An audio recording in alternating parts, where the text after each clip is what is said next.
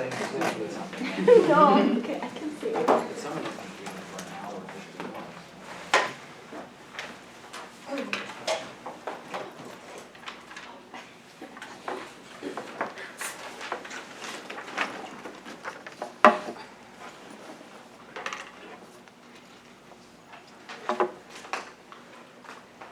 Death to all Jews, death to all Arabs.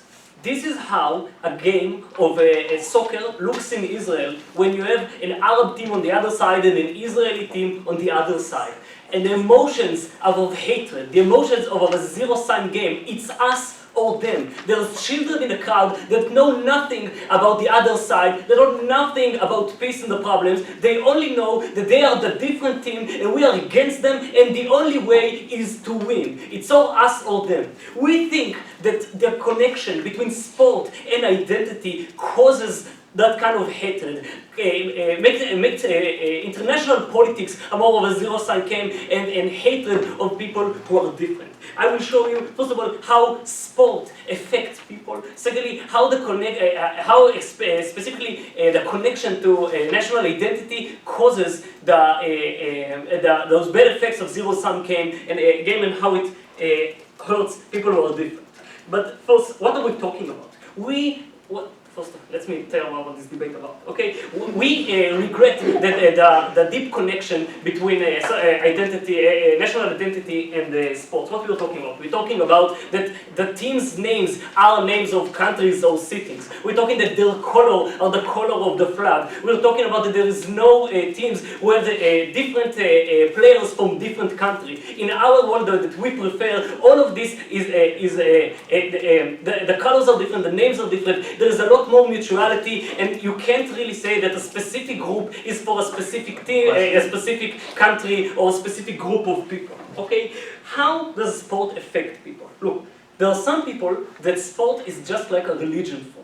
Okay, this is the one of the most important things to them. Yes, they have work, they have family, but they only play when they feel excited, that they have something that they love in their life, is when they sit with their friends and watch the game. We think that it has, just like religion, it has its ritual, that every couple of months or a week you sit with your friends. You have different language that you talk to people who are in it. You have different friends, you're sitting with them, and they are part of your life. We think that it shapes a lot of your perspective on other ideas, because once you're in this group and you're talking and you're in those circles, a lot of time you will talk about other issues, specifically national issues, when the link is so hard. Because every time that you have your group comes against another country, you are talking about the relation between your country and that country. You're talking about past wrongs. You're talking about the time that we lost. I think it shapes every other piece of information that you actually get after that knowledge. And I think that because a lot of people are first as children, they see that as the first knowledge on the other side, every other information is colored by that. Second. Yeah, are you saying that you think Jews and Arabs would get along if they didn't have to play each other in soccer? Look, this debate is not about the extremes. There's a lot of people who don't care about sports, and there's a lot of people this motion will not affect at all. We do think to the amount it does affect, to the people who it really is important to the people who has a strong connection, it makes the situation a lot worse than it was without it. We're not saying it's going to solve every conflict there is. We think that for every conflict it makes it worse. In the status quo, it will be a better world without it. Okay? So let's talk about the exact mentality that you get in sports. First of all, as I told you, sport is also it's always a zero-sum game. We know that in politics or in real life, most of the things, there is a compromise that both of the sides are going to win. But in a game, it's not that. If you're a game of soccer or, I don't know, any other sports, and you're and there is only one side who is going to win and one other that is going to lose. We think that mentality, a lot of the time, is being translated to every other issue that you have at the side. We can see that every time that Barcelona and Real Madrid has a conflict, okay, in the game, the amount of violence or the amount of demonstration in the street of Barcelona want to have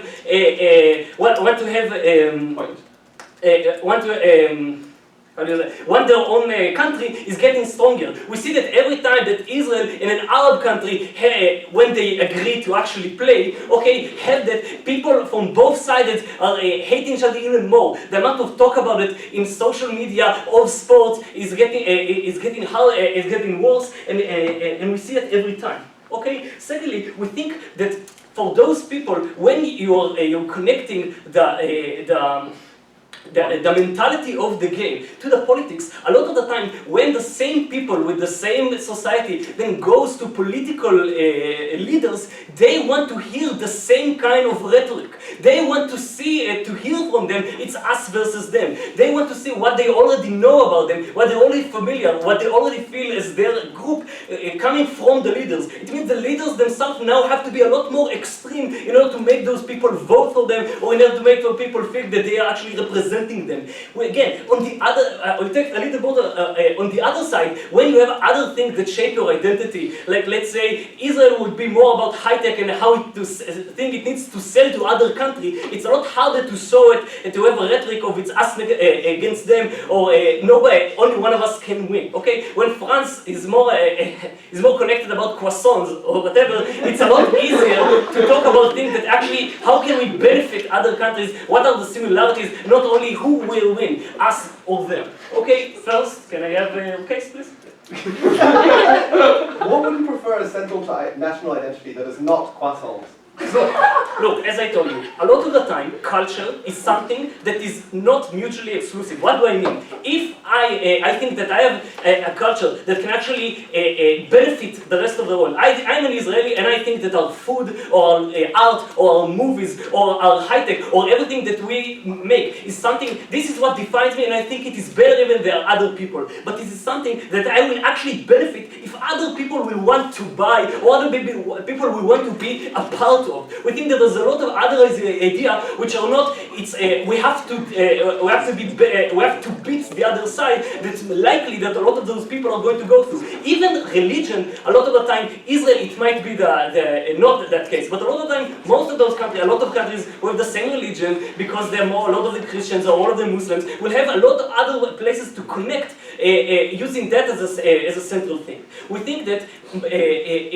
From all of the alternatives, specifically games, which usually are very physical and violent, and you can see the people from the outside fighting in the crowd, usually take the worst of everyone in the crowd, usually are about beating the other people, is the worst kind of rhetoric and the worst kind of example that you want people to shape their national identity around. We are not going to solve the Israeli-Palestinian conflict, but we are going to make it a little bit better. Please support our side. Thank you very much. Right, I thank the Prime Minister and now invite Leader of Opposition.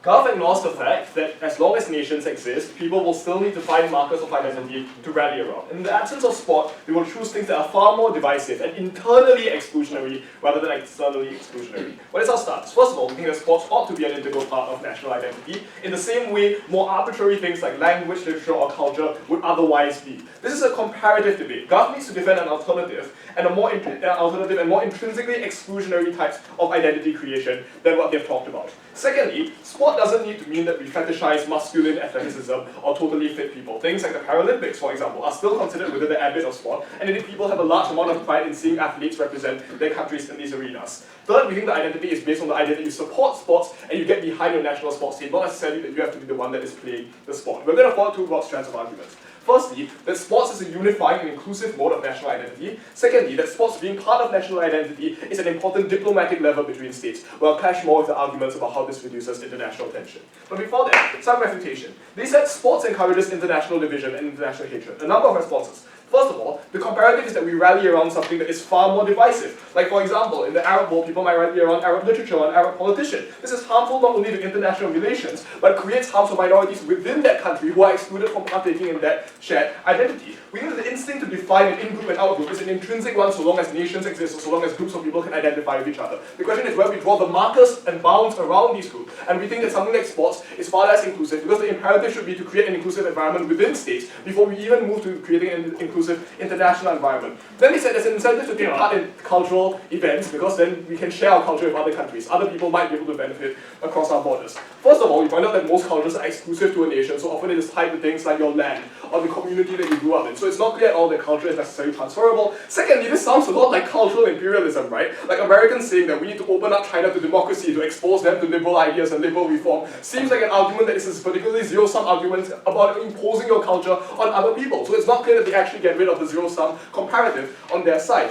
Our second rebuttal is that sports might encourage competition, but at least it imposes rational bounds on that competition. That is to say that, for example, you expect that the decision of the umpire is final, or the fact that the goal score is determinative of the ultimate outcome. And you don't attempt to contest that unless maybe you're trying to cast aspersions on whether the game was played fairly. But again, it's within the bounds of fairness and within the bounds of that competition. So your violent energy is channeled within that competition and doesn't escape that. We think that the comparative, in terms of things like literature, don't necessarily respect these rational bounds of competition and don't provide this kind of level playing field for individuals. We think that moreover, a unique benefit of sports is that it respects the notion that countries are equal. The fact that nations have equal opportunities to participate and nations being stronger doesn't necessarily lead to them having a stronger footing. So we think that in that respect, sports is a more equal playing field in terms of cultural unification. First argument about it being unifying and inclusive. We think that there are a couple of unique traits of sports that make it an important part of national identity. The first unique trait is that success in sport, in almost all cases, is decided meritocratically. That is to say, both within countries and between countries, success in sport is decided based on how proficient you are. The role models of sport are chosen based on their degree of competence in the arena, unlike other sources of role models, which are often chosen in a far more arbitrary manner. Like, for example, the type of politicians you elect, the type of artists that people choose to consume. Often these are colored by racial or religious prejudices. This is less so the case in sport, even though we admit that it is imperfect, but it is less so because players are chosen on the basis of their competence. Secondly, as I pointed out, sports rejects violence and unfair play as a means of dispute resolution. Therefore, it encourages people to challenge each other on the sporting pitch as opposed to without. What are the impacts of this? Firstly, I think we integrate societies to a far larger extent since on average, sporting models come from a variety of backgrounds. A great example of this is actually the French sporting team in the most recent World Cup, where the majority of individuals were immigrant or of African descent. This led to French people, on the whole, being more willing to rally behind someone of a different background than they otherwise would have been, because these people were out there representing their country, and this was something that was incredibly important and intimate to them. As a consequence of that, we actually encourage more integration in this respect. Moreover, secondly, we create role models for these minority communities, and therefore we encourage aspiration both in terms of participating in sports, as well as them feeling valid and welcome in these nations and in these communities to begin with. So we actually actively enfranchise individuals from these groups who then find role models. So this is all about the comparative. We agree that there might be limited participation in sport, but because participation is meritocratic, it's far more likely to be equitable. Yes? When you lose to a game, you don't think, oh, what a meritocratic game, they are better than me. You hate them for the humiliation they made to you in your own country. Okay, yes, but this violence is channeled towards wanting to beat them at a future game. This violence is not necessarily channeled towards acts of genocide. That's why sports is rationally bounded. We don't necessarily, while we agree that it has a role in fueling tensions, we think that these tensions are generally channeled towards productive improvements within your nation's ability to do that sport. Third, it encourages bonding between fans of the same team. Like, for example, sports is often viewed in social settings, and the fact that people feed off each other's euphoria means that they are more likely to feel a sense of identification with people who are supporting the same team alongside them. So yes, this is comparative, but within a country, I think we create more national unity and we help to reduce discrimination. Like, for example, the USA during the Cold War, which rallied behind sportsmen who represented their country against the Soviet Union, therefore creating, on the whole, a country that was more unified than it otherwise would have been. So we think this is incredibly important in terms of unifying countries internally. But secondly, why does this create a diplomatic lever between states? And this is where I'll deal more directly with the argument about international tension. The first benefit we bring to you sounds quite trivial, but it's actually incredibly important if you understand how foreign relations work. International leaders often use sporting events as an avenue or a pretext to socially engage with other leaders. This happens because there's a sort of an expectation that national leaders attend sporting events because they are important and national leaders have to attend them. So off the pitch, often leaders come to important trade negotiations by talking to each other, or at least make personal friendships that are important in the diplomatic world. But secondly, we think that sports being important also means that you can use it to a greater extent as a diplomatic lever or diplomatic sanction. Closing. Look, to be able to then gather benefits from diplomatic tensions, etc., from sports, don't you think you need it to be less adversarial? But if it's adversarial to begin with, how do you get all the benefits in your work? Like, it's adversarial, but leaders don't think it's a fact of life, right? Like, they can still talk to each other on equal terms without necessarily thinking that that I have to lose to them in the sporting pitch. It is not clear that leaders have the same mentality of the same adversarial nature as opposed to individuals who are playing on the ground. So we think that sports being important to people also means that you can use it as some kind of diplomatic lever. Like for example, tactical sanctions against apartheid South Africa, which excluded them from football competitions in the 1980s, were actually critical in creating a groundswell of support for apartheid South Africa to reform their internal practices. Critically, this is an important type of sanction because it does not tangibly affect people's livelihoods. It does not tangibly take away their ability to eat, unlike sanctioning them economically, for instance. Moreover, we think that this can also use as a carrot, not just as a stick, right? The fact that we can include nations on an equal playing field is an important motivator for rogue regimes like North Korea and Iran to want to participate in international sporting events because then they feel valued when they've been granted the status of equal. So we think this is an important diplomatic lever in the circumstances we're proud to stand in opening opposition. I thank the Leader of Opposition. I now invite Deputy Prime Minister. Here.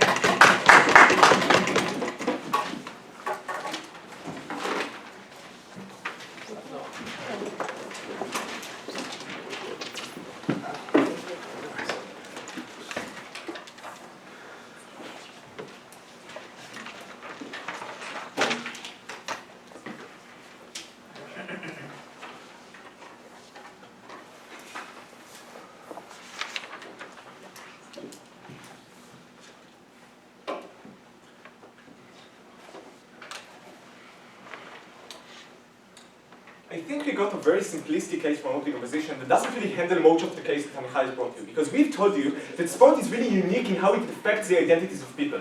But because it is connected to the national identity, it makes people more nationalist, which affect how they view the world generally. They didn't actually rebut any of those stuff, which means that they probably accept the fact that people are just more nationalistic on our side, which we think is worse for most of the points that they have been talking about. I'm going to talk about two main things in my speech. Firstly, what is the likely case of people rallying about and why it is worse on their side of the house? And secondly, I'm going to talk about inclusiveness of minority groups and why this also is worse on their side of the house, therefore making direct engagement with most of what we've already heard from opposition. Before that, just a few external points of rebuttal. So firstly, on all talks like international relation weird points, because we don't think that it promotes the fact that all countries are created equal. Actually, Israel always loses. And that makes us feel that we are not equal to the other countries of that scenario. We don't think it actually is the case that even when you win for other countries, you don't think, oh, they are just like me. You think they are worse than me because they have lost. We don't think there is any analysis on why the fact that you are combating another person on the sports field is making them equal to you, not just worse if they are losing one after the time. Then I talk about how it is used in international relations to make other stuff. So we think there are probably a lot of other alternatives, like we don't really think sport is that unique in those aspects, and we think that the alternatives are better from the same reason that we've told you about. Because we think that, let's say, if we would like invite those countries to cultural interventions or stuff like that, they would be much better because there isn't the combatant effect of going to a specifically sport event, where if there is like a sports event between South and North Korea per se, or between Israel and Egypt, which I know more about, then there is like much more rallying in the street about those stuff, which is much worse for the international relations of those people. We also think that although it might be used like as a way of boycott to change what countries think, it is not always effective. Like the apartheid in South Africa is like a unique example, but when we see it in Israel, for say, when like Arab countries are not willing to participate against Israel, it does not make the internal politics of Israel to change to like the Arab countries who boycott us. What happens most of the cases that we think that they are not willing to discuss with us, even on a friendly thing, they're not willing to go against us, and also that just thus, like there is no one to talk to, and this is actually making the politics more diverse in those actions. So we think that those things are not always good, and we didn't get enough of analysis to like explain what is actually making a real difference in that. So let's go to the important stuff. So what are people going to rally about? Because firstly, we don't think that like necessarily when you lose some sort of like nationalistic rallying, you get another nationalistic rallying, as OO has tried to say. How do we know that? So let's just look at like the common examples. So in Italy or in Germany, they have like youth programs during the 1940s and 30s that were really important to how people are rallying about. Like all of the Nazis' youth companies or the black shirts in Italy, but when those things stopped, it's not that the Italians found another very nationalistic thing to rally about. They just switched to other things, We think this is extremely likely on our scenario too, because we have told you that we do support sports teams that are not nationalistic, which means that probably the people will still like sport, will still have their identity based on sport, it should just be divided than their national identities. And we think that this means that we don't get more divisive national identities on their side of the house, but just less national identities, which is better. Secondly, we say that actually having those identities related to sport creates a race to the bottom in the nationalistic vibes of those stuff. What do we mean by that? So firstly, we say it is much easier for nationalistic leaders to capitalize on those feelings that people to go to those sports events. To say to them, like repeat the chants that they've sang through the sporting tournament. Say to them, we are all together, use of all of those same phrases that are used in those sports events, and therefore rally them more. This is exactly what we do when Marine Le Pen does all of those huge organizations in France and uses those rhetorics that are much more stronger because people are used to think expressed in that aspect. We think this is much easier to those leaders. Secondly, we say that it creates this to actually race to the bottom because in order to make people more connected to you, you need to make a stronger message. So if there is already a very strong message that makes people connected to the country in that aspect, then when you want to override this message as a nationalistic leader, you need to go to even a more extreme case, which means that actually, when sport is larger, we don't see, like, we just see more nationalistic things and not less other divided things as all try to portray to us. But thirdly, we say that it just creates a more general state of mind which is nationalistic. Because like Amichai has told you, people are going into these games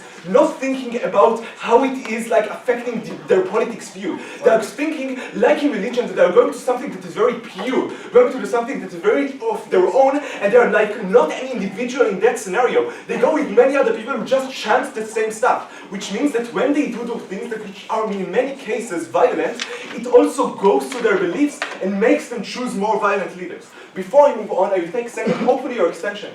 Do you think that any group of people that has been brought together by something other than the specific sports team in which they represent, such as like a university, should have competitive sports against other groups? So like we've told you, we would have preferred if no sports team would be connected so hardly to one specific identity group which is divisive. We would have preferred it to be otherwise, yes. Okay, let's talk about inclusiveness. Because what do we want to tell about that?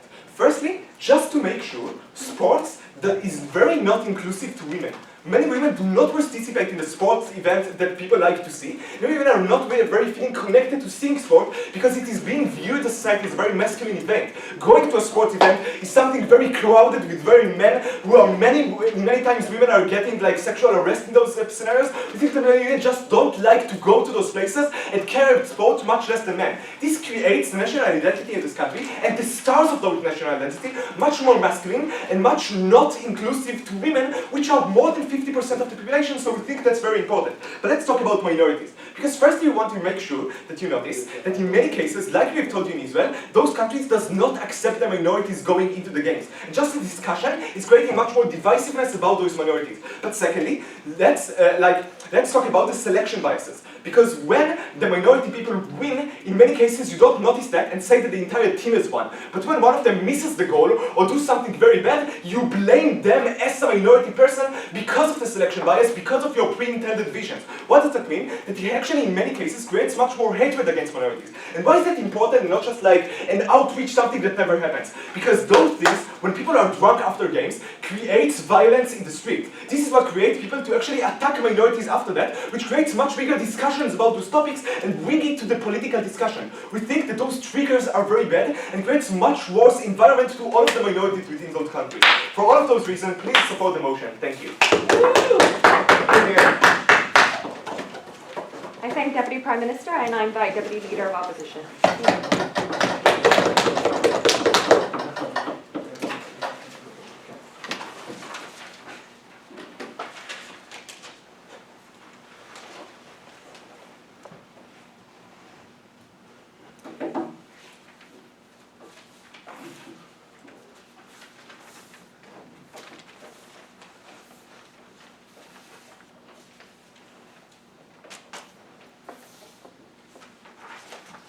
It's important to note that in the cases where sport is incredibly competitive that we've been given, such as between Israelis and Arabs, I do not think that there is any better alternative.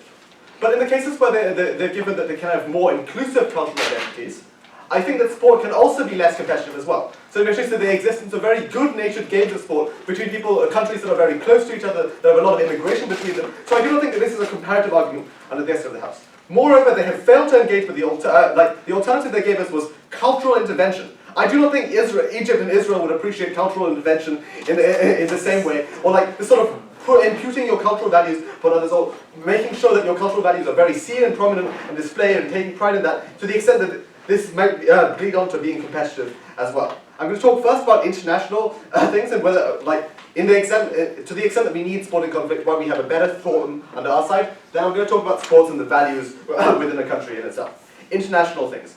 Notice the key point is that sport is competitive, but it encourages shared bounds of the competition.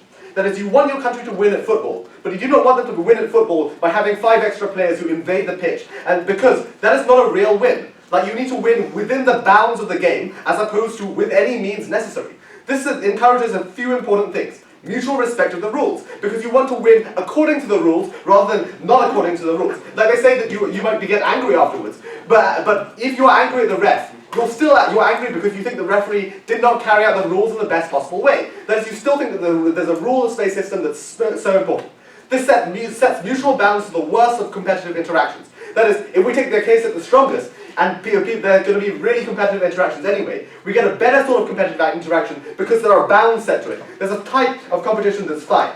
Notice also that in the best case scenario, where inclusive culture is possible, we think we can have good-natured competition as well. But notice that in their examples as well, we think those are still competitive. For instance, in pride over high tech, well, A, this requires a very high level of fiat as like an alternative for Israel. But B, notice that my tech industry is better than yours. It's still a possible thing. Like, if you were going to have pride in your tech, you still need to have like a very large industry comparatively to other countries. So you can still compare it in this sense. In the example of France that they give us, this is especially true. So, for instance, France makes a lot of its products only a lot of similar products in other countries not be able to be named after the same thing because they have a significant amount of competition over the same, over like what they claim to be their cultural things. C, notice that this is massively exclusive within a country. So, for instance, you need cultural access to be able to access things like shared national pride in your language. That makes it very, very hard for an immigrant who moves to that country to have access to the culture. In the same way that maybe just supporting a sport would actually give you the same access. Like, you can still support football when you move to a country immediately, but people will always know that you have a different accent and therefore will think that you are not included in this identity. In the other examples they've given to us, they're also not meritocratic because of the distributions of power within society. We told you that sporting power is generally distributed meritocratically because you have an incentive to the best team possible, and therefore you encourage tons of people from tons of different backgrounds to actually join in the sport. Whereas if you think about, I don't know, pride in your country's in national industries, that's generally pride in like the richest 1% or 0.1% of the population rather than the population as a whole. Finally, there's just the alternative of cultural imperialism, which they seem to be proposing, was unresponded to. In the case that this like compounds people's identities, which is the most charitable version of opening government's argument, notice that it is not. I'm not sure. In this case, that it is better where like in competition for these to be mitigated to the extent that they're set within bounds, but also. Notice that if sport in general needs to be competitive, which we think is fairly likely given that people are only interested in sport when they're competing against others and when they can like have goals or whatever, then I think they will shift to different bands of competition. So for instance, regional teams or club sports and things that they identify with in this sense. This is problematic because these are more likely to be non-exclusive, to be exclusive than national sports. So for instance, these are more likely to be along the lines of, if you're very rich, you support this one club or this one, you live in this one city, as opposed to this other city. But that affects like national policy because when if it is true that if it creates all these divisions, then when you're deciding about the national apportionment of resources between parts of the country, it becomes much worse. Notice that even if we accept that this contributes to more nationalism in general, firstly, internal impacts are more important because international institutions are international interactions that are determined by voting are relatively limited as opposed to like local or national interactions that are determined by voting. Notice within this, this therefore means that if the argument is true, the same tensions apply to regions within countries even more. Secondly, we can solve many of these problems by sanctions because they're a very extremely important foreign policy tool, but now we can use them without killing hundreds of thousands of people and starving them because now people care about sport sufficiently. I'll take you. Yeah, the main difference between all of the other stuff you talked about in sport is the religious trance-like effect of the sport, which trenches much more the violent national identities that happens to affect both inner and out of the country that people live in. I'm not sure watching like a sport genuinely impacts a religious trance. I also think this is better than genuine religious trance, which is an alternative form of national identity. But I also think that, thirdly, that when you have if you have a religious trance, that means that you enshrine things like fairness and the rules of the game and fair play. I think this is a genuinely pretty good thing. Thirdly, notice that immigration, in the face of immigration, sport can unite people. So in the example of France, notice that Marine Le Pen, notice that France is massively united by their World Cup team. Yes. So who was the more celebrated player, N'Golo Kante or Antonio Griezmann? I do not know what any of those names are. So I'm very sorry. I succumb to the same debate problem as most people here. Okay, finally, on sports. I think sports are good for values in a number of ways. Firstly, as has been underlined all the way here, there are rules necessary in sport and the idea of sportsmanship. Secondly, there's meritocracy. Thirdly, there's like an idea of determination and hard work, because nobody can become a massive athlete, successful athlete, without working extremely hard. And fourthly, there's an idea of health. Like in terms of encouraging physical fitness and competing in sport. Notice that if sport is central to national identity, it's more likely to be central in things like schools and clubs, etc. This is the flip side of the other cultural facts being exclusive, this being inclusive and promoting good values. Then finally they say this is not inclusive to women and minorities. Firstly, notice that countries want to be good at sport, therefore they want to have the maximum number of minorities possible, therefore they want to have women in their teams winning Olympic medals and pushing them up this table, which means they have of necessity an incentive to be extremely inclusive in who they let compete in sport. So notice, for example, that many countries that do not give women many rights otherwise will let women actually do things that are not traditionally seen as good for women in their service of winning Olympic medals or changing these things. Secondly, when they say they're going to blame them, notice this applies to minorities and women in all political positions, but also they can see them scoring or doing well too, and I think the whole country will be behind them in this case. I'm incredibly proud to oppose. Right, I thank the front half, and now to start off back half, I invite member of government.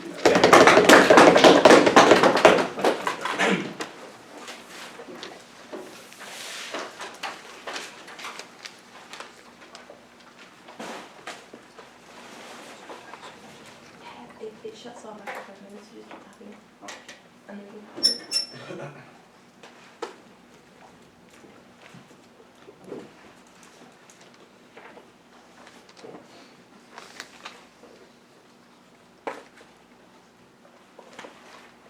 The reason why I asked that POI is for a reason.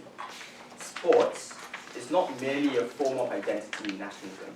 It is central to nationalism, but it's a vehicle on which other identities are imposed and exacerbated. That is why it's hard to reconcile the fact that sports is separate from religion, from race. It is not. The chants that you say, the crusades that you make, and the celebrations that you do are all intrinsically linked to all exclusive facets of nationalism they wanted to exclude. The difference is, however, and the extension we will tell you in closing government, is that sports, when it's central to nationalism, crowds out more inclusive centralities to nationalism, other facets that can either be more inclusive or more pluralistic. In other words, our vision of nationalism, to the extent to which it exists, has to be one that is most inclusive, most pluralistic. Because that is when you get to include as many people as possible. That is why this debate isn't about the interactions between countries. Because to the extent nationalism exists, there will always be discrimination between other countries. You will always think you're more superior than, say, another person or a different country, because that's just what nationalism sort of entails. However, what the benefit beyond nationalism is the extent to which people can access that framework and find a place in a country that they are born. And so therefore, what we would say is that the existence of sports has made it harder for groups of people to access it for a variety of reasons, purely because it crowds out those other elements, which we'll tell you in our extension. But first, just to deal with a few benefits of sports in opening opposition. I think they outline a few benefits, many of which is outframed by this idea, which we will tell you if it's exclusive to a few groups of people and exacerbates, say, more exclusive facets, and obviously that responds to a lot of the arguments they have. But if to do with like international relations and how to use sports as a means to, say, coerce or get some outcomes, I think this falls on two things. The one is that to the extent to which nationalism exists, you still have that disparity and that conflict between countries anyway, because there are other means or other reasons why countries get into conflict, unrealistic to why sports is the one metric by which they will stop doing so. The second thing, and then a favorite example of sanctions, is that often this is extremely low impact. Oftentimes it's coupled with economic sanctions as well. Like there hasn't been a situation where you exclusively rely on sports sanctions in order to get a particular outcome, because generally that just relies on that being the most important thing countries care about, and even if it is important, there's other things they do so as well. So To that extent, the benefits then are only, the benefits to which they can get are one whereby you can get a unifying framework within countries. But why is that problematic? I think the reason why sports crowds out more inclusive neutrality is for two reasons. Opening government talked about the adversarial nature of sports and the extent to which it's exclusive to men because of how it's hard to access stadiums, etc.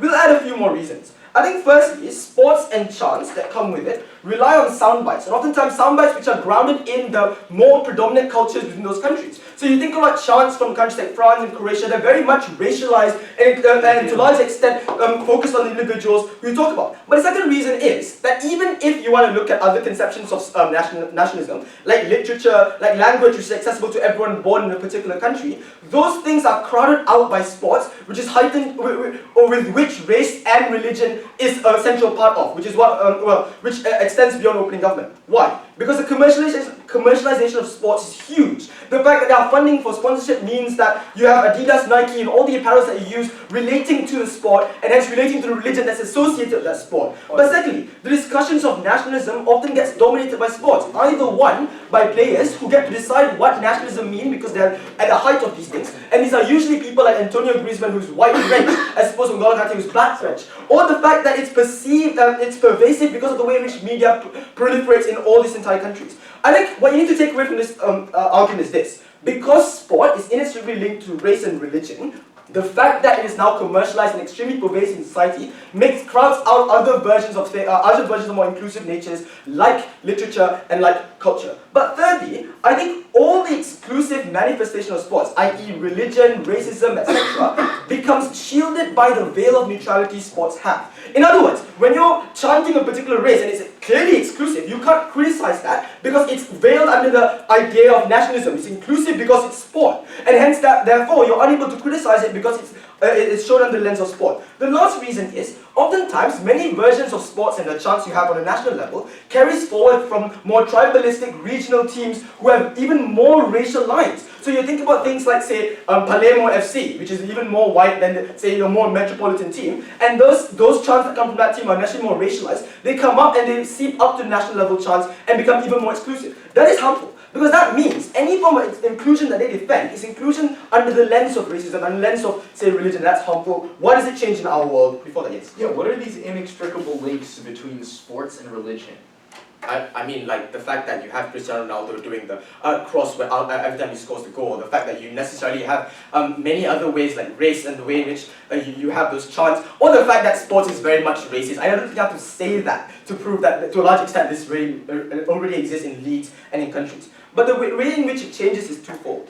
I think the first is, if you envision a collection of other values, then what we can argue is that you allow for other access points to cultures to also permeate within society. That means you don't have the inhibiting nature of commercialization of sports to other things like literature and culture and value. So you have things like France, for example, whose national identity is centered around sports maybe, but could have been the case that it was fraternity, equality, or some other thing. So like the fact that it's about brotherhood and democracy. So all contend that democracy is bad because that's a cultural imperialist perception. But it doesn't change, right? To the extent to which this is regarding individuals within the country, if everyone has equal access to democracy, that is a more pervasive method of unifying framework, rather than sports, which they cannot prove is not inextricably linked to racism and religion. But secondly, that it's crucial for a few reasons. The first thing is that no one version can fully dominate nationalism, unlike sports, using religion and or the extra links to that. Which means that even if there are more, say, exclusive natures which also permeate within nationalism, you can criticize them because they're necessarily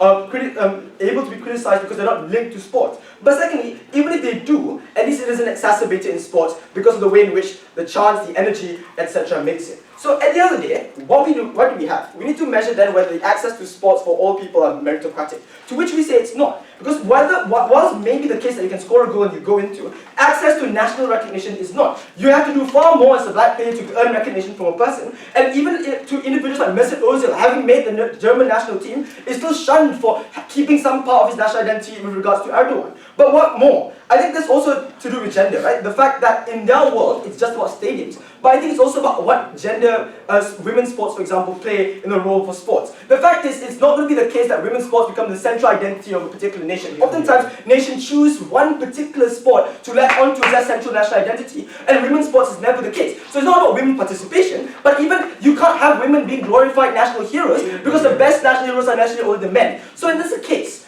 there are many reasons why sports exacerbate the very differences within countries, race, religion, sex. However, if you get rid of that, at least the commercialization doesn't extend to it. Thank you very much.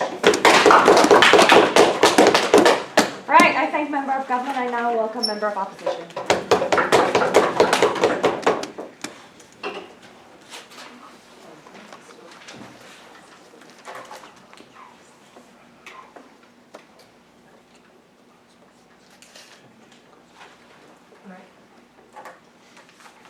It was not enough for CG to win this debate to simply show us that racism still exists in sports. What they had to do quite clearly was show us that comparatively there is more of a racist or religious influence in sports than any of the other fields that we mentioned throughout this debate, like literature. They failed to do that. We offered them to do it in a POI, and the verbatim response he told us was, "I don't have to prove this." I think that loses him the round. But we'll be charitable. Let's talk about why we think sports are, on average, more accessible, less racist than, for example, literature. Look, I just don't know where they get the idea that things like literature are super accessible, right? It requires often higher education, or at the very least, literacy and the leisure and spare time in order to write a whole book, which takes a lot of time. And we also think, even in the cases of culture that can be shared upon, we think that oftentimes culture is also appropriated. So for example, white artists in America have done a pretty good job of appropriating and economically benefiting off culture that belongs to and was created by black people. It is not clear to me why we're going to be able to give credit more to them on their side of the house. But also, just to talk about why sports are racialized, look, we don't deny that there is racism in sports. However, we agree with OO that there's often a lower barrier to entry. That is to say, the barrier to entry to write a best-selling novel is much, much higher than the barrier to entry to be able to run a marathon or to train in soccer, which you can do since you're a child that only need a pair of sneakers and a soccer ball, right? We think that, for example, France's soccer team is just simply empirically much more racially and ethnically diverse than that, for example, professors in France, major literary scholars in France, or even the government of France, right? And I think that's the important comparative. We're going to talk more in extension to you about why it is the case that this is also more accessible than the counterfactual. 2 points of extension. First, I want to talk to you about why we think this is particularly important in the developing world and how it offers them a unique aspect of national identity that is simply not accessible to them relative to other countries, and why it gives them a source of national pride that is particularly important in these areas. Secondly, why we think that sportsmanship actively bridges the international gaps that OG is talking about. First, on the developing world. OO says there are the alternatives are cultural intervention, right? We want to go one step further and tell you that the developing world more rarely wins at other metrics that are the counterfactual, right? So when we talk about the economy or technology, look, it is simply the case that because of centuries of pillaging and colonization, because of a lack of infrastructure and human capital development that is necessary in these areas, it's much more difficult for developing nations to win compared to developed nations in regions such as the economy, GDP, or the advancement of their technology, right? These are simply not metrics that these developing countries are ever going to be able to develop a national pride in relative to the rest of the world that has had an unfair advantage for decades. We also think, for example, even things such as literature or food, which seem relatively accessible, are also harder to succeed at for these developing nations for a variety of reasons. So first of all, again, colonization meant that your culture was often erased and replaced with kind of the food or the dominant language or dominant cultural practices of the colonizing state, which means that you have less of your own unique culture in those aspects, or even when Western cultures are just unfairly put on a pedestal. So the example, books in English are often regarded as more best-selling or higher works of literature, and they're more widely digested than, for example, books written in native languages. Or the fact that French people just managed to steal all the good art in the world, and we seem to think that now they're the kings of art just because they were able to do that for centuries at the expense of other nations, right? We also think that, for example, widespread poverty in these areas, because they've systematically been pillaged, fucked over by the world through colonization, means that fewer people can enjoy this luxury and attend university, again, higher barrier to entry. Why do I think the developing nations, therefore, have a unique access to national identity and pride relative to the rest of the world through sports? Look, we recognize that rich countries will always have some sort of advantage. They might be able to hire better soccer coaches, for example, or they might be able to buy better shin guards. We think sports, for the reasons I've already mentioned, have a lower barrier to entry, right? There's not enough, we think it's not as capital or education intensive, so the examples of soccer and running that I gave you are much more meritocratic, which is why, for example, Kenyan athletes just dominate the rest of the world in cross-country running, right? Because it's relatively low barrier to access. The result is that we think there's a greater national pride for these countries relative to the developed world, and it's hugely important for their national psyche when they're able to succeed in these particular instances. Sure. Yeah, the likely scenario is just less strong national identity, not replacing it with literature, which leads to less violence and hatred. People will have based their pride on other things which are not national, and with national, like, pride is not even intrinsically important anyway. Look, these countries that have been fucked over by colonization have been told for decades that their culture and that their accomplishments are never going to add up to those of the countries that have colonized them. We think their national psyche has been damaged, and we think it is incredibly flippant of you to just say they never need to feel this national pride, which has been literally robbed from them for centuries. We think it's really important. It leads to things like, for example, a better post-colonization narrative that you can succeed, that you have role models for the success, and that you can compete with the developed world even when you're at a disadvantage. It leads to international recognition and respect from those other countries. So for example, an increased spotlight means that you're probably better respected and treated on the international stage. You might be given more concessions, so for example, favorable trade deals. We think this is like a fuzzy impact, but so is kind of everything in the round. No thank you. And then the next, but much more concretely, right, we think that like revenue, for example, from your sports team being successful from selling merchandise, from hosting international competitions, is a probably more concrete benefit of this. I think that's really good. This is important because rich countries obviously have millions of other avenues of cultural pride, like the economy or being proud of their technology. But we think these developing countries have relatively fewer of them relative to other developed countries. This is one of the ways that they can access that. They can improve the kind of national narrative that has been going on for decades. We care about the vulnerable people with no other alternatives to care about their country. Great. Now let's talk about why sportsmanship actually actively bridges international gaps. So OG stakes their case on this, right? They tell you that it exacerbates gaps. OO talks about it a little bit when they talk about the rare case of diplomatic uses, i.e. ending apartheid in South Africa. But we want to tell you more broadly why we think every individual instance of sports actually increases people's shared emphasis on the shared humanity rather than divisiveness. Sure. Back up. So the point of the argument isn't to say that sports is more racist, but the fact that if it's racist, the fact that it's pervasive means it crowds out other forms of nationalism and literature. How do you then combat that if you want a pluralistic form of nationalism? So first of all, if it crowds out other forms like literature which are more racist, then that's fine. But second of all, you didn't explain to me why it crowds them out, right? Okay, so look, we want to tell you about why sports actively encourage people to reflect on their shared humanity and not simply at a national level. Why is this true? First, emphasis on sportsmanship. It's really frowned upon for athletes to jeer at and insult each other. We tend not to respond very well to that. We think there's a focus on pride through shared respect between athletes. This shared respect occurs for a number of reasons. First, the athletes on the ground have similar interests, and so they respect the other people for working so hard at the thing that they too love. That's why, most debaters are friendly with each other. Secondly, there's often cross-training. That is to say, you compete across borders, or sometimes you even train on different teams. So for example, FC Barcelona generates soccer players that play across multiple different national teams, and they're all quite friendly with each other as a result, right? We think examples of this look like shaking hands after a game, laughing and joking, or in like really cool instances, helping other hurt teammates, taking a knee when somebody's hurt, or those examples when somebody gets hurt in a marathon and you sacrifice taking first to help that person cross the finish line. We think there's an emphasis on common human feats of excellence, because yes, we want our national team to win, but we also just think it's really fucking cool when injured or disabled athletes beat the odds, or Usain Bolt like sets a world record for the 15th time in a row, even though it means he beats the United States. I think that emphasis on shared human accomplishment and admiration for that makes us recognize the shared humanity of people. It makes us less likely to do all the horrible things that OG talks about. I thank the member of opposition. I now welcome Government Wood.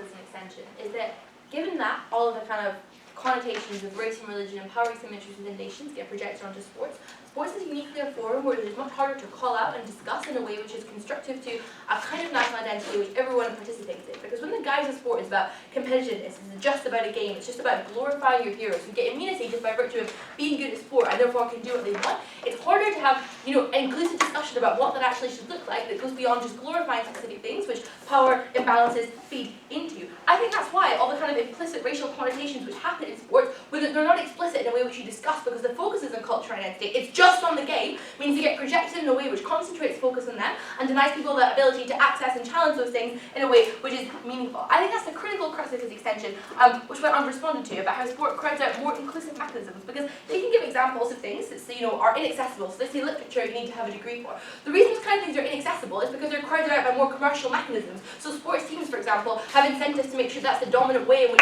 we entrench national ideas. Razak says that's harmful because when it's commercialized in this way, you create the kind of soundbite effect where discussions of nationality happen through chanting, happen through flags, happen through instinctive symbols which sum up a kind of tribal feeling which goes beyond discussing with each other and sharing our solidarity. It's just raw emotion. That kind of emotion is what makes the mechanism that justifies the kind of adversarial impacts which come earlier, given that that's a way in which you don't analyse or you don't have a discussion and you don't kind of feel included in a wider narrative. You just based on intuitions and based on emotions of what happens in that game, given it's incredibly reduced to soundbites and instincts and those kind of things. So I think sport still reflects power dynamics. It's just that we relate to the ones which are more beneficial to us. So when opposition say there's a lower barrier to entry in sport, I think what they ignore, and this is what Razak says, is that it's not even just about how good you are at sport, it's about who you choose to glorify and who you choose to idolize within sport, which is still going to be a very specific people. The problem is then, those individuals then embody what we think of as national identity and how we associate our national identity, because they're the ones that we associate everything with. First of all, just being good at sports has no mandate to control and have that much cultural power to the extent they do.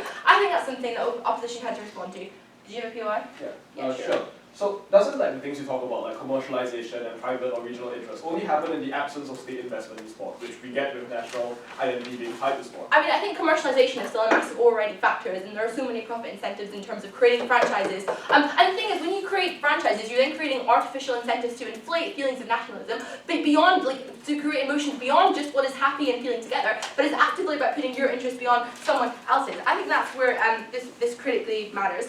Let's deal with some extraneous stuff, I think, from closing opposition before we move into the kind of broader clashes. So I want to start by rebutting this idea about developing countries doing well relatively to other platforms, and therefore it's a better platform. I mean, I think the first thing to point out is that it's unclear why the sense of which you should be able to get some identity and get some pride should come from a way which is adversarial. Because some developed, Kenya does well at running, but that doesn't mean other developed countries then don't do terribly. So having any forum which is a zero-sum game necessarily means there's a feeling of loss behind that. Particularly given, I think they concede this when they say, there are commercial reasons why powerful countries are more likely to have more of a platform.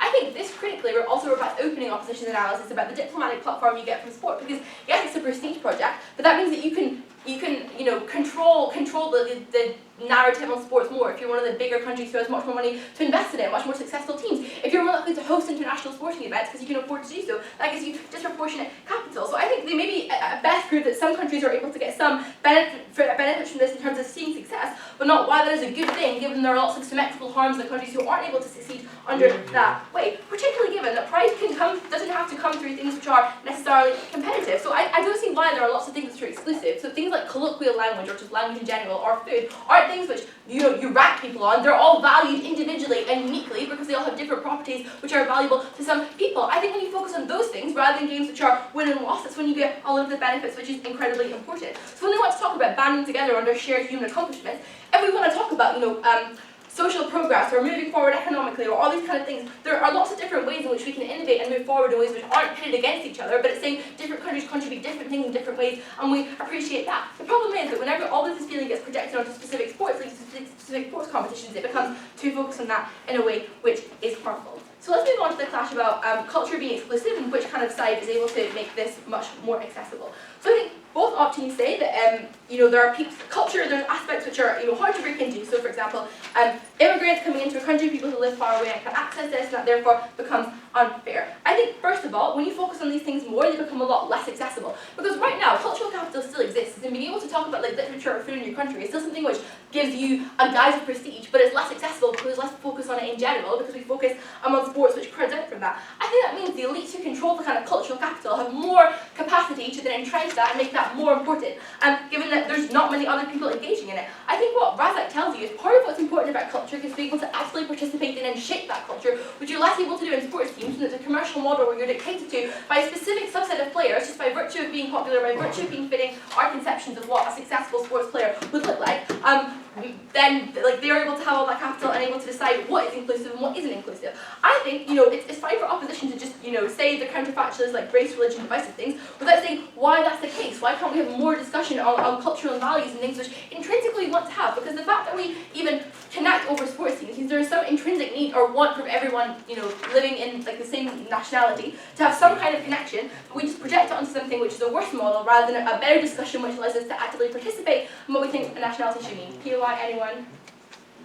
Yeah, sure. No. Oh, okay. Okay, so I think that's why when we want to say this is a unifying and inclusive method for identity, it doesn't take into account the ways in which we interpret certain people as more important regardless of actually meritocratic. The next mechanism that opening opposition take is, oh, well, you reject violence and unfair play and therefore it's kind of a good forum. And I think, sure, in the sense that the rules are there and we play within that forum, but that doesn't mean people respect them. As in, maybe the players have to abide by that, but that doesn't mean that the fans then don't get massively angry about refs doing bad things. I think if, when you're like, then the response is, oh, but you're only angry because the ref made the wrong decision rather than because he made the rule. I really don't think that's the overwhelming feeling that happens after football matches. People just get genuinely angry, and a lot of this comes out incredibly aggressive language towards certain individuals, and when that becomes specifically targeted, that's a particularly unhealthy brand of national identity, because then you legitimise harmful rhetoric being placed against specific individuals as opposed to based on ideas and based on concepts about what it means to be part of that nation. That's something which is harmful. I think the things we want to say about diplomatic levers, pretext to engage, tactical sanctions,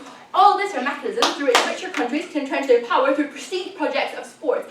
That even at best, that means disproportionately invest in sports teams and in sports success over more important things in your nation, because that's the way in which you get political power. That's unequal. That excludes the people who are the most vulnerable in countries. I am very proud to oppose. I thank Government Whip, and our final speaker, Opposition Whip.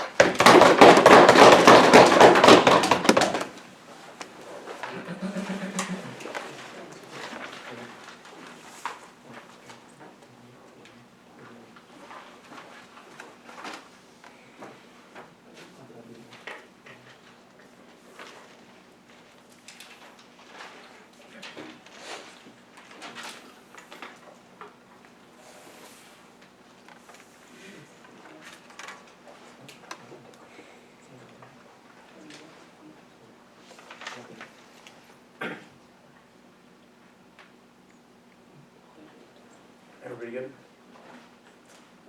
When Kiara gets up here and she tries to explain that if we switch to some sort of alternative, like literature, culture, we'll just have a ton more discussion about all that stuff, and magically all the worst off people in society will be able to engage in these things that have incredibly high structural barriers to entry, that is the point at which they lose the debate, right? Danielle gives you very specific mechanisms and reasons why it is structurally more difficult for people who are already disenfranchised to access any alternative means of culture or identity than it is for them to access sports. She literally tells you it is free to go running. It is incredibly cheap to have a soccer ball for a group of 20 individuals to play one game with. That is to say, at the point at which you are comparing things like that to even purchasing a book, taking the time to learn how to read, engage in any kind of dialogue, we obviously win on the ease of access point. Their entire extension is that sports makes nationalism harder to access. We think we've already beaten it. CG is out of the round. But lastly, in this whip speech, we try to hear more stuff about how sports makes it really difficult to call out oppression,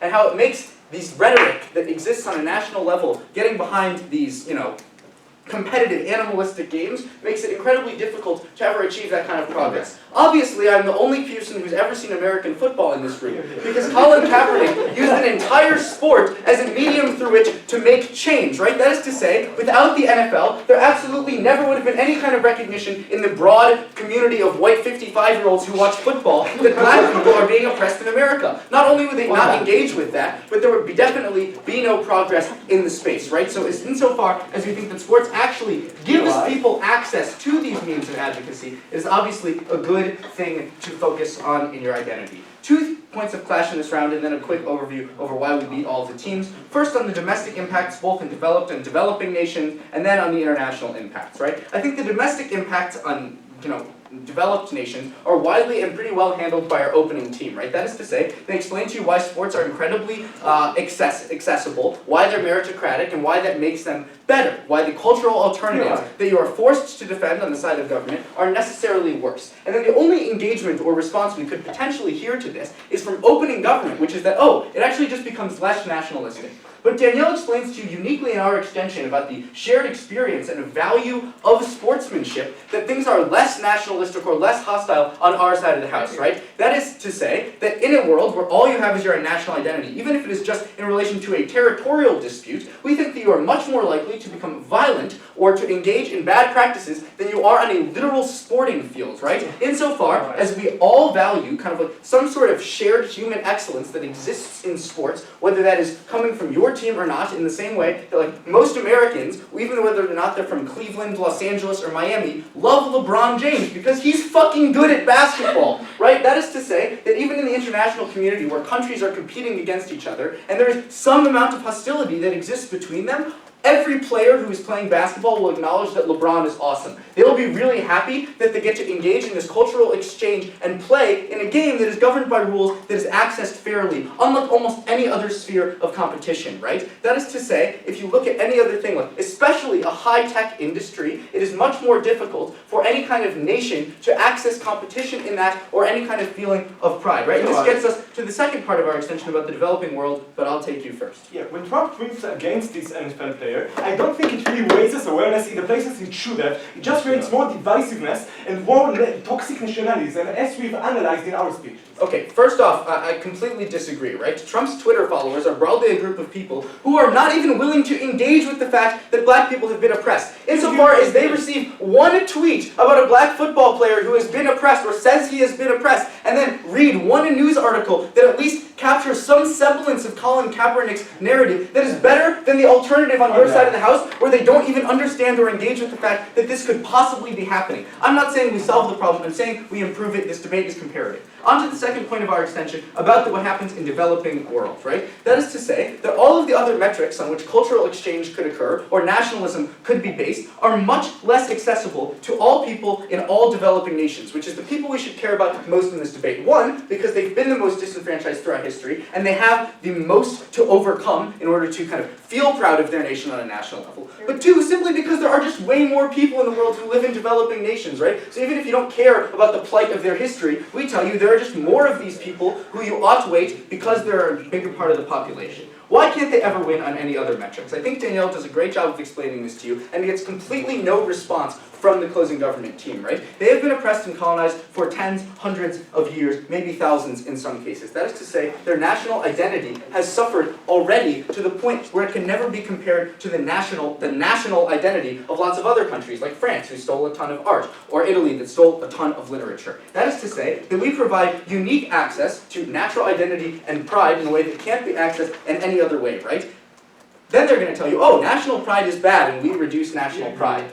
Even if that's, first off, we think that that's not true, and I've explained to you why they don't reduce national pride. But even if they do reduce national pride, in the developing world, we don't support this. We think that people in the developing world have the right to be proud of their nation, especially insofar as their nations have been oppressed for hundreds of years, and this pride is being accessed through something that is not at all combative, right? Take sports in comparison to any other means of competition between nations, and we think it is one of the most tame, least combative forms that you get. They're going to tell you it's animalistic, it's violent.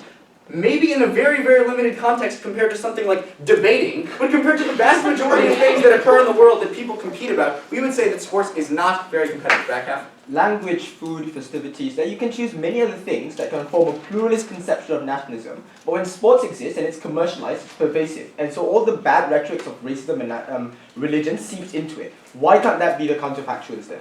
All mediums through which you could access nationalism will necessarily be commercialized by those who have power. We're telling you that sports is the least pernicious one of those, even once it is commercialized, because it is way more accessible both to people in the developing world broadly, but also to the people who have already been most oppressed within the developed countries. Quick team-by-team recap. OG tells us that there's going to be less nationalism, more cultural exchange. We think that OO handled them pretty sufficiently, but in case you didn't believe that, we explained to you why the shared aspect of humanity and the idea of sportsmanship will necessarily beat back arguments from OG. OO tells us that it's more inclusive and it's better than the alternative. We think that that is true. They tell you that the counterfactual is bad. But broadly, their examples are incredibly rare and only apply to the most developed nations. We're the only team in this round that brings in developing nations and the actual people through mechanisms through which this change occurs. Because we beat all the teams in this round, so proud to All right, I thank all speakers. You may